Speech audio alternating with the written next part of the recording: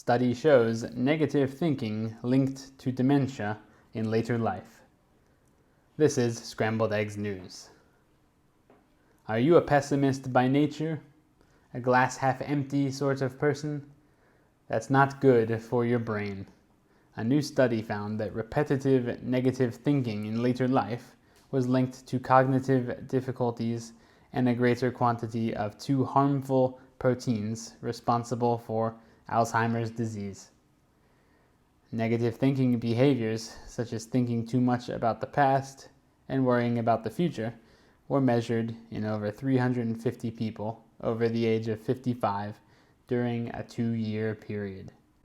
About a third of the participants also had a PET brain scan to measure the quantity of two proteins, which cause Alzheimer's disease. The scans showed that people who spent more time thinking negatively had more proteins, worse memory, and greater cognitive decline over a 4-year period compared to people who were not pessimists. The study also tested for levels of anxiety and depression and found greater cognitive decline in depressed and anxious people, which echoes prior research.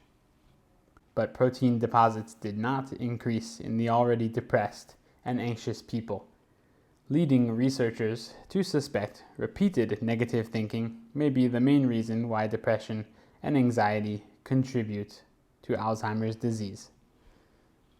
It is important to point out that this isn't saying a short-term period of negative thinking will cause Alzheimer's disease, said Fiona Carragher, who is Chief Policy and Research Officer at the Alzheimer's Society in London.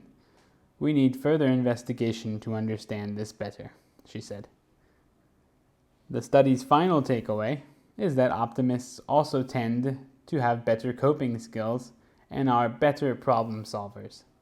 They are better at what we call proactive coping, or anticipating problems and then proactively taking steps to fix them. This is Ross signing off for Scrambled Eggs News.